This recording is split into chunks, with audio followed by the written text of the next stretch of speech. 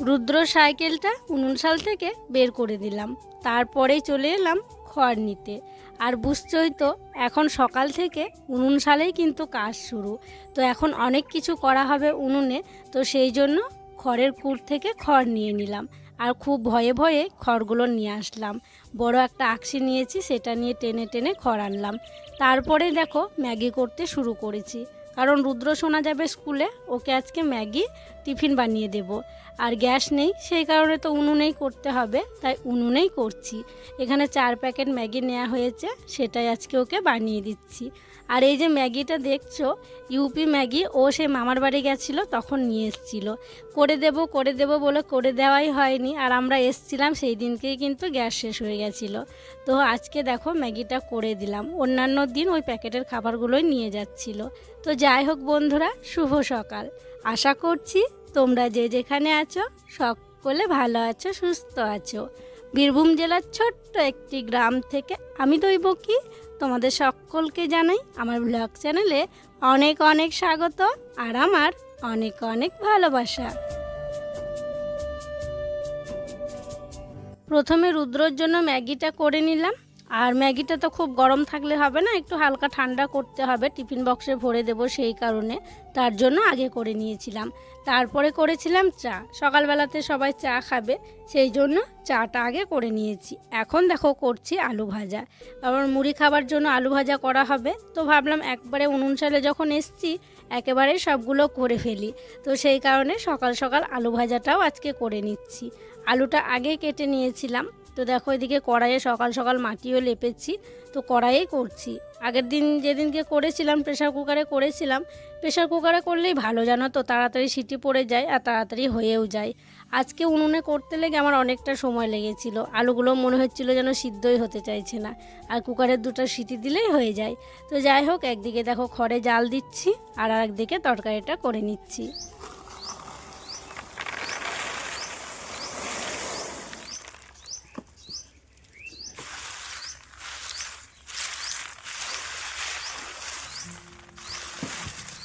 দোকান থেকে ছোলা ভাজা নিয়ে আসা হয়েছে, আর এই ছোলা ভাজাগুলো কী হবে জানো তো, ছাতু করে নিয়ে আসা হবে। তো সেই কারণে ছোলার খোসাগুলো একটু ছাড়িয়ে দিচ্ছি। মানে ছোলাগুলো এত মোটা মোটা হয়ে আছে, মানে খুব সুন্দর আর কি ভাজা হয়েছে, জানো তো, এইরকম করে হাতে কচলে দিলে না খোসাগুলো ছেড়ে যাচ্ছে। তো কুলোর মধ্যে নিয়েছি, তারপরে দেখো হাতে করে একটু ডড্ডে দিচ্ছি, তাহলেই কিন্তু খোসাগুলো উঠে যাচ্ছে। তো খোসাগুলো ছাড়াবো, তারপরে এগুলো ছাতু করে নিয়ে আসা হবে। আর সেই যে তোমাদের মনে আছে, সেই গম ভাজা হয়েছিল, গমের ছাতু করব বলে, সেই গম কিন্তু এখনও পিষিয়ে নিয়ে আসা হয়নি। আমরা তো ছাতু কিনে নিয়েছিলাম, তো সেই কারণে গমটা পেষানো হয়নি। ওই গমগুলো আজকে রুদ্র বাবা পেষাই করতে নিয়ে যাবে। ওই গম ভাজার সাথে এই ছোলা ভাজাগুলো মিশিয়ে দেব, দিয়ে ছাতু করা হবে। রুদ্রর বাবা গেছিল পাশের গ্রামে, ওই যে তোমাদেরকে বললাম না ছাতু পিষতে যাবে, তো ছাতু করে নিয়ে এসছে। আর আটা করার জন্য গম নিয়ে গেছিলো, তো গমগুলো বলছে নাকি এখন আটা দিতে পারবে না, ওই বিকেলবেলায় গিয়ে আনতে হবে, তাই আটাটা নিয়ে আসেনি, ছাতুগুলো নিয়ে এসছে। আর পাশের গ্রামে তো আজকে হাট বসে, হাটবার, তো পাশের গ্রাম থেকে দেখো সবজি বাজার করে নিয়ে এসছে। কত কিছু নিয়ে এসছে দেখো, শসা, কুমড়ো, বরবটি, তারপরে ঢেঁড়স, ঝিঙে, পুঁইশাক, কাঁচা লঙ্কা। আর কদিন থেকেই জানো তো বাড়িতে কাঁচা লঙ্কা ছিল না, ওকে বলেছিলাম আমি যে কাঁচা লঙ্কা নিয়ে আসবে, তাই কাঁচা লঙ্কাটা নিয়ে এসছে। আর রুদ্রর বাবা বলছে আমি যার জন্য গেলাম সেই কাজটাই হলো না। আমি বলছি তুমি কি করতে গেছিলে? তো ও বলছে আমি ওই বীজ কিনতে গেছিলাম ঢ্যাঁড়সের, তারপরে ঝিঙের বীজ নিত দিয়ে লাগাতো, তো সেই কারণে ও গেছিলো। আর যে বীজ বিক্রি করে সে আবার আজকে বসেনি, তো কী আর করা যাবে, এই সবজি বাজার করে নিয়ে বাড়ি এসছে।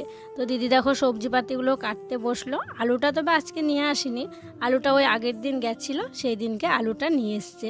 তো আমি এইমাত্র স্নান টান করলাম, দেখলাম দিদি যখন সবজিপাতি কাটছে কাটুক, আর এদিকে আমি সবজিগুলো দেখো প্যাকেটের মধ্যে ভরে রাখছি।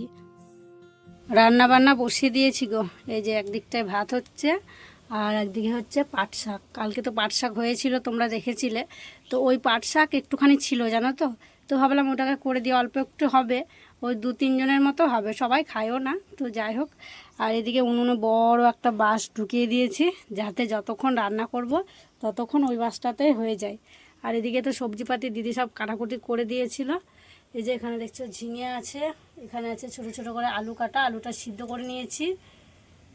আর এই যে পুঁই শাক আলু কুমড়ো, পুঁই শাক আলু কুমড়ো দিয়ে তরকারি হবে। ঝুড়িটা দেখো ভেঙে ভেঙে গিয়েছে। পুঁই শাক আলু কুমড়ো দিয়ে তরকারি হবে, ওইদিকে ঝিঙে আর আলু দিয়ে তিল বাটা দিয়ে তরকারি হবে। এই যে তিল, দিদি কালকে যাতাই করে তিলগুলো ছাড়িয়েছিল। এই যে দিদি কালকে যাতাই করে তিলগুলো ছাড়িয়েছিল, অনেক দিনের তিল। কি বলো তো, দিদিরা ওইদিকে 1 বছর তিল খেতে পেলো না বলে, মানে দিদিরা খেতে পাবে না বলে আমরাও আর কি খাইনি, রাখাই ছিল। তো এবার দিদিরা খেতে পাবে, তো সেই জন্য কালকে দিদি ছাড়ালো, দিয়ে আজকে আবার রান্না করা হবে।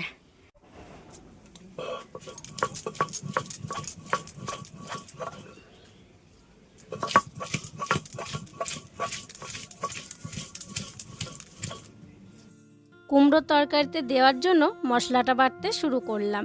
এখানে দেয়া রয়েছে আদা রসুন লঙ্কা পেঁয়াজ আর জিরে, তো সব দেখো একসাথে বেটে নিচ্ছি।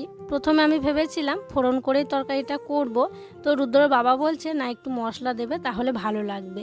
তো ভাবলাম ঠিক আছে, বলছে যখন একটু মশলা দেবো, তো অল্প করে দেখো বেটে নিচ্ছি মশলা। এই মশলাটা ওই কুমড়ো পুঁই শাকের তরকারিতে দেওয়া হবে। তো চলো মশলাটা বেটে নিই আর আমি রান্নাটা করতে থাকি। তো মশলা বাটা হলে তারপরে পরে আবার তিলটাও বেটে নেব, মানে কুমড়োর তরকারিটা বসিয়ে দেব, তারপরে তখন তিলটা বাটবো। তো চলো কাজগুলো করি আর তোমাদের নামগুলো নিয়ে ফেলি। দুর্গাপুর থেকে দোলা কাকিমা কমেন্ট করেছে, দৈবকী তোর ভিডিও আমার খুব ভালো লাগে বেটা, আমি দুর্গাপুরে তোর দোলা কাকিমা, আমি খুব একা রে, তোর কাকা 2020-তে চলে গেছে, একমাত্র ছেলে বিদেশে থাকে, তোর ভিডিওতে আমি তোর পরিবারের সাথে নিজেকে কল্পনা করি, মনে হয় আমিও তোদের মাঝেই আছি, আমার নামটা একবার তোর ভিডিওতে নিবি, ভালো থাকিস বেটা। কাকিমা তুমি একদম মন খারাপ করো না গো, তো আমরা তোমার পাশেই আছি আর আমরাও তোমাকে খুব খুব ভালোবাসি গো। আর তুমি বড়, তোমার নাম কিভাবে নেব বলো, খুব ভালো থেকো কাকিমা। আর একজন বোন কমেন্ট করেছে, দিদিভাই তোমার ভিডিও আমি রোজ দেখি, খুব ভালো লাগে, তোমার ভিডিওতে আমার নামটা নিও, নুসরাত খাতুন। এই যে নুসরাত, তোমার নামটি নিয়ে নিলাম আর তোমাকে আমার অনেক অনেক ভালোবাসা জানাই গো। তো যাই হোক, দেখো কথা বলতে বলতে তোমাদের নাম নিতে নিতে আমার অনেকটাই কাজ এগিয়ে গেছে। রান্নাবান্না শেষ, আর রান্নাবান্না শেষ করেও দেখো নিয়ে চলে এলাম পটল। তো পটলগুলো এখন কি করব, তো তোমরা তো দেখতেই পাবে। চলো উনুন সালে যাই, তারপরে দেখাচ্ছি যে পটলগুলো আবার কি করব রান্নার শেষে। উনুন সালে এলাম এই কারণেই, এখন তো উনুনে আঁচ আছে, আর উনুনটা দেখো একটু আগেই লেপা হয়েছে, ভেজা ভেজা হয়ে আছে। তো এই যে পটল দেখো বের করছি প্যাকেট থেকে। তো সেই দিনকে রুদ্র বাবা বাজারে গেছিলো, অনেকগুলো পটল নিয়ে এসেছিলো, পটলগুলো শুকিয়ে যাচ্ছে কেমন, এই যে এই দুটো দেখো কেমন শুকিয়ে গেছে। তো রুদ্রর বাবাই আমাকে বললো যে আজকে পটল পুড়িয়ে রাখবে, তাহলে রাত্রেবেলায় পটল বাটা করা হবে। তো সেই কারণে ভাবলাম তাহলে উনুনের আঁচেই পটলগুলো পোড়াতে দিই। তো পটলগুলো উনুনের আঁচে পোড়াতে দেবো, দিয়ে রাত্রেবেলায় জল ছাকা ভাতের সাথে পটল বাটা খাওয়া হবে। তো চলো দেখি কেমন আঁচ আছে। হ্যাঁ, আর জানো তো যে কোনো পোড়া জিনিস গ্যাসের থেকে উনুনের স্বাদটাই বেশি, উনুনে কি সুন্দর ভালো পোড়ানো হয়, খেতেও কিন্তু ভালো লাগে। তো এখানে আমি 6-7টা মতো পটল দিয়ে দিচ্ছি। তো পটলগুলো রাত্রেবেলায় বাটা হবে, বাটাটা অবশ্যই তোমাদের সাথে শেয়ার করব। তো দিয়ে দিলাম, এবারে ছাইগুলো ঢাকা দিয়ে দেবো। একটা বড় লাঠি নিয়ে আসতে হবে, লাঠি নিয়ে এসে খুঁচিয়ে খুঁচিয়ে এই যে ছাইগুলো দেখছো সাইডে আছে, ছাইগুলো উপরে চাপা দিয়ে দেবো, তাহলে পটলটা খুব সুন্দর পুড়ে যাবে। এই যে বড় একটা লাঠি নিয়ে আসলাম, দিয়ে পটলগুলো ভালো করে ঢাকা দিয়ে দিলাম। চলো এখন থাক ভিতরে, কি মানে কিছুক্ষণ পর এসে দেখবো পুড়েছে নাকি।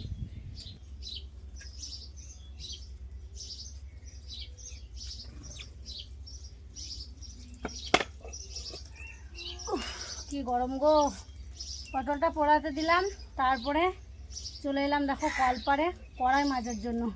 কড়াইটা ভেজানো আছে, কড়াইয়ের সাথে একটা থালা আছে, রুদ্র ভাত খেয়েছে, ও স্কুল থেকে এসছে, ও স্কুল থেকে আস্তে আস্তে আমার রান্না হয়ে গেছিলো, আমার ভাতটা হয়ে গেছিলো। যে ওকে বললাম তাহলে একটু ভাত খেয়ে নাও, আজকে আর মুড়ি খেতে হবে না। যে ও খেলো ভাত। আর এই যে কড়াইটা আছে, কড়াইটা মাজবো। হাঁড়িটা দিদি আগে মেজে নিয়েছে, দিয়ে ভাতটা ঢেলেছিল, দিয়ে হাঁড়িটা মেজেছিল। চলো কড়াইটা মাজি।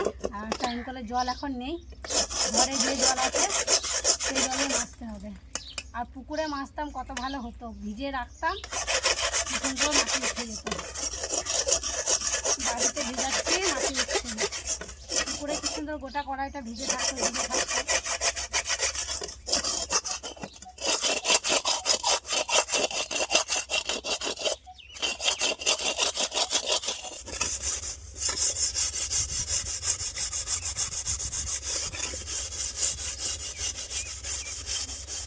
কড়াইটা মাজা হয়ে গেল, চলো এবার ধুয়ে নিই। আর বেশিক্ষণ সময় লাগলো না, তোমরা তো দেখলে মাটিটা খুন্তিতে করে চেঁচে দিলাম, উঠে গেল। আর মাটি দেওয়া এটাই ভালো, মাটি উঠে গেল মানে কালিও উঠে গেল। মাটি উঠে যাওয়ার পর বেশিক্ষণ আর মাজতে হয় না। তো কড়াইটা ধুয়ে রাখলাম, তারপরে থালাটা মেজে নিচ্ছি। থালাটা মাজলাম, ভালো করে মাজতে হলো, কারণ রুদ্র ভাত খেয়েছিল, ওই যে ঘি দিয়ে ভাত খেয়েছিল, তেল তেল করছিল। তো থালাটা মাজার পর এই যে সাঁড়াশি খুন্তি ছিল এগুলোকেও মেজে নিলাম। চলো এবার ঘরে নিয়ে গিয়ে রেখে দিই। বিকেলবেলায় পিঠেটা হাতে করে আনলাম আর হাতে দাটা নিয়ে এলাম। তো তারপরে দেখো রাস্তার এইদিকে আসছি, কারণ ওই যে সামনেখানে আমাদের তেঁতুলের ডালগুলো রাখা হয়েছিল, তো সেই তেঁতুলের ডালগুলোই কিছুটা কেটে রাখবো। তাহলে কি হবে বলো তো, রান্না করার সময় আমার সুবিধা হবে। রান্না করার সময় আর খুঁজে বেড়াতে হবে না উনুনে কি দেব, উনুনে কি দেব। আর ডালগুলো এত ঝাপড়া ঝাপড়া, মানে গোটা যে একটা নিয়ে গিয়ে ভরে দেবো তা হবে না, তাহলেই আমার উনুন একদম ভেঙে টেঙে নাশ হয়ে যাবে। তো সেই জন্য কেটে কেটেই নিতে হবে। তো চলো ডালগুলো এক এক করে এখান থেকে টেনে টেনে নিই, তারপরে কাটতে শুরু করব। আর হ্যাঁ, রুহি বলে একজন কমেন্ট করেছে, সে লিখেছে, সত্যি এত কিছুর পরেও তুমি বলে এই সংসারে আছো, এখনও এত কাজ করছো। অন্য মেয়ে হলে পালিয়ে যেত বাবার বাড়ি, আমি হলে তো পালাতাম, ঝগড়া করেও পালাতাম। জানি না তোমার মনে কি আছে। তো বোন, তোমাকে কিভাবে যে আমি রিপ্লাইটা দেব, মানে কমেন্টে তো রিপ্লাই দিতেই পারিনি, ভাবলাম ভিডিওতে এসেই কিছু কথা বলবো। তো সেই কারণে ভিডিওতে এসে আমি এখন কিছু কথা বলবো। তো তুমি যেটা লিখেছো, এই যে চলে যেতাম, তো কি বলো তো, চলে গেলেই তো আর সমস্যাটা সমাধান হয়ে যাবে না। আর আমি এসছি এই সংসারে থাকার জন্য এসছি, সবাইকে ভালো রাখার জন্য এসছি, সবাইকে নিয়ে একসাথে থাকার জন্যই কিন্তু এসছি। আমি যদি চলে যাই তাহলে তো সমস্যাটা সমাধান হবে না। আর দেখেছে তো, কয়েকদিন আগেই কিন্তু বাবার বাড়ি গিয়েছিলাম। আমি কিন্তু বেশি দিন থাকিনি, বরের সঙ্গে গেছিলাম, বরকে সঙ্গে করে নিয়েই কিন্তু চলে এসেছি। আমি কিন্তু পারতাম থাকতে, তবে ওই যে সংসারের মায়া, বড়ই মায়া, মানে সংসারের মায়া থেকে না বেরোনো যায় না। একবার যদি বিয়ে হয়ে তুমি শ্বশুরবাড়িতে সংসারে ঢুকে যাও, দেখবে তোমার মনটা ওখানেই পড়ে থাকবে। তো আমি ভালোবাসি সবাইকে, এই সংসারে থাকতে ভালোবাসি। তো সেই কারণে কিন্তু যতই যাক হয়ে যাক না কেন, আমি কিন্তু এখানে থাকতেই পছন্দ করি। আর হ্যাঁ, সংসারে থাকতে গেলে, শ্বশুরবাড়িতে থাকতে গেলে সংসারের কাজ তো করতেই হবে, আর সেগুলোকে ভালোবেসেই কিন্তু আমি করি। তো যাই হোক, তুমি এই যে যেটা বললে, তুমি হলে চলে যেতে, তো এটা একদমই ঠিক নয় আর কি, আমার যেটা মনে হচ্ছে। তো আমি সবাইকে খুব ভালোবাসি, সবাইকে নিয়েই থাকতে ভালোবাসি। আর দেখছো তো, আগে কিন্তু আমি এখনকার থেকেও আরও অনেক অনেক কাজ করতাম। এখন আমার শরীরটা খারাপ বলে অনেকটাই কিন্তু কাজ কমে গিয়েছে, অনেকটাই আমি কাজ কম করছি। তবুও এখনও তোমরা এরকম কথা বলবে।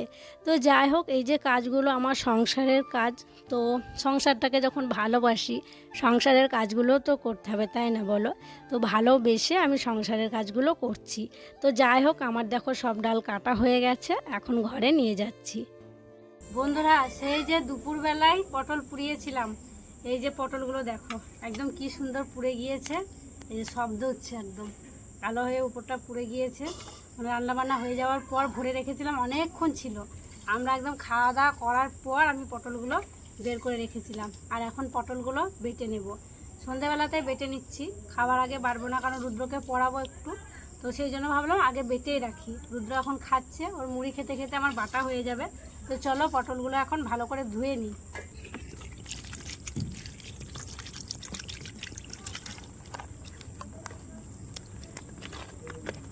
আর পটলগুলোর কিন্তু খোসা ছাড়াবো না, খোসা সমেতই বাটবো। এই পটল পোড়ার কিন্তু খোসা সমেতই বাটে। পটলগুলো ভালো করে ধুয়ে নিলাম, তারপরে থেতো করে নিচ্ছি। আর থেতো করে বাটলে পরে ভালো বাটা হবে, গোটা গোটা মোটা মোটা হয়ে থাকবে না, তো সেই কারণে থেতো করছি। আর এদিকে দেখো রুদ্রসোনা এসে বসলো, ওকে বলছি ছেটা লাগবে, একটু পিছন দিকে বসো, ঝাল লাগতে পারে। শিলে তো লঙ্কাও বাটা হয়, দুপুরে লঙ্কা বাটা হয়েছিল। তো ও সেই সামনেখানেই দেখো বসে আছে। আর ও বলছে, মা পটলের খোসাগুলো দাও, আমি খাবো। তো আমি বলছি, দাঁড়াও, এখন খেতে হবে না, বাটা হয়ে যাক, তোমার জন্য লঙ্কা ছাড়া রাখবো, তখন তুমি খাবে। তো দেখো চলে গেল, তারপর খেলছে, ওই পাশেই খেলছে। আর শিলটা রুদ্র বাবা এনে দিল, রুদ্র বাবা সব কিছু জোগাড় করে দিল, তারপরে আমি বাটা শুরু করেছি। আর আগে পেঁয়াজ কেটে নিয়েছি। তো যাই হোক, দেখো অনেক কবার বাটা হলো। তারপরে এখানে আমি 3টে প্রথমে লঙ্কা দিচ্ছিলাম। তো রুদ্র বাবা বলছে আরও কয়েকটা লঙ্কা দাও, একটু বেশি বেশি করেই ঝাল ঝাল করবে, জল ছাকা ভাতে একটু বেশি বেশি ঝাল হলেই ভালো লাগবে। তবে পেঁয়াজও অনেকটা দিচ্ছি, অনেকটা পেঁয়াজ দিলে খেতে ভালো লাগবে। তো যাই হোক চলো পটল বাটা করে নিই। আর পটল বাটা দিয়ে ভাত খেতে তো কী ভালো লাগে কি বলবো। তো আজকের মতো তাহলে এখানেই বিদায় নিচ্ছি। তোমরা সকলে ভালো থেকো, সুস্থ থেকো। আর যারা নতুন বন্ধু হয়ে আমার এই ভিডিওটি দেখছো তাদের কাছে একটাই অনুরোধ করছি, আমার চ্যানেলটিকে সাবস্ক্রাইব করে আমার পাশে থেকো। আর যারা পুরনো বন্ধু হয়ে আমার পাশে আছো তাদেরকে আমার অসংখ্য অসংখ্য ধন্যবাদ আর অনেক অনেক ভালোবাসা। দেখা হবে আবার পরবর্তী ব্লগে। তো এই যে দেখো আমার পটল বাটা হয়ে গেল। তো চলো একটুখানি মুখে দিয়ে দেখি যে টেস্টটা কেমন হয়েছে, নুন ঝালটা ঠিক আছে নাকি। তো খেয়ে দেখেছিলাম আমি, দারুণ হয়েছে একদম। রাত্রেবেলায় এই পটল বাটা দিয়ে ভাত পুরো জমে যাবে।